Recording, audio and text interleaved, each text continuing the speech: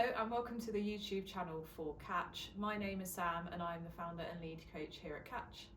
Remember that unshakable confidence is the key to getting everything that you want in life and dating. So on this channel we talk about everything to do with confidence, mindset and how to implement that into your dating and relationship life. If you want to work with us in any way or find out more about Catch, all the information is in the description box below. So today is just a short video talking about games and playing games and how that links to confidence in dating.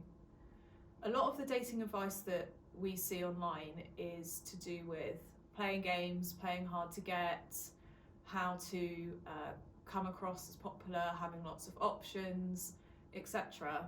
How long you should take to text back, what sort of things that you should text, how often you should see somebody after a first date, or even rules about if someone really likes you, this is how they're going to show up. They're going to want to see you this often and talk to you this often, etc.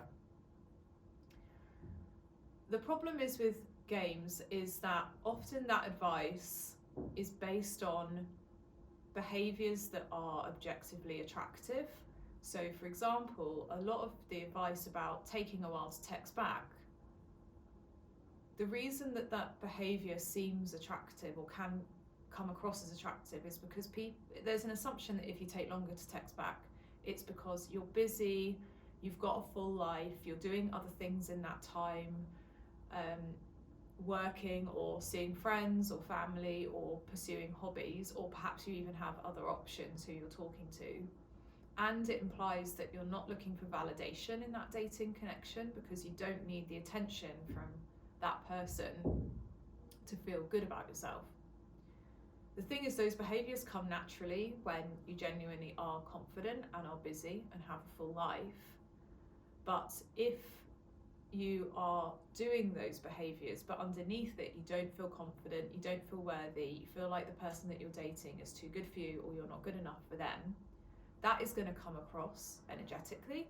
You could take a while to text back or play hard to get in a way, but it's still going to come across when you interact with that person in person or even subconsciously through the text messages.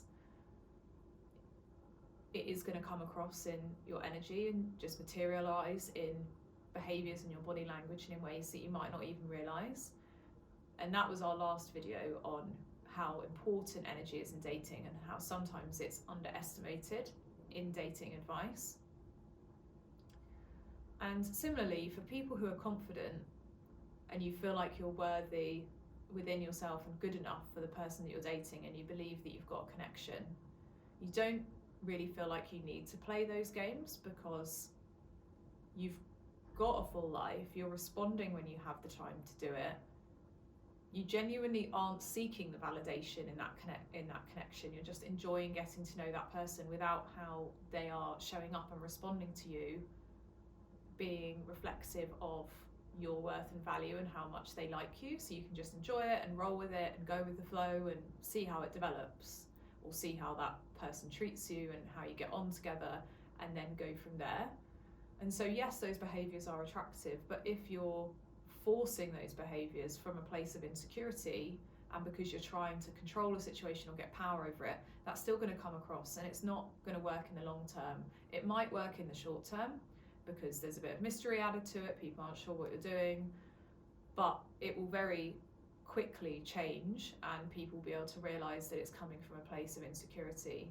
And if you're playing a game, you actually have a barrier up to that person, so you can't develop a deep connection. You might get them to chase you a bit more, show a bit more interest or be vulnerable first, but you can't develop a deep connection when you're playing those games because ultimately it's coming from a place of lack of trust, insecurity, trying to control a situation, trying to gain power rather than a place of wanting to genuinely connect.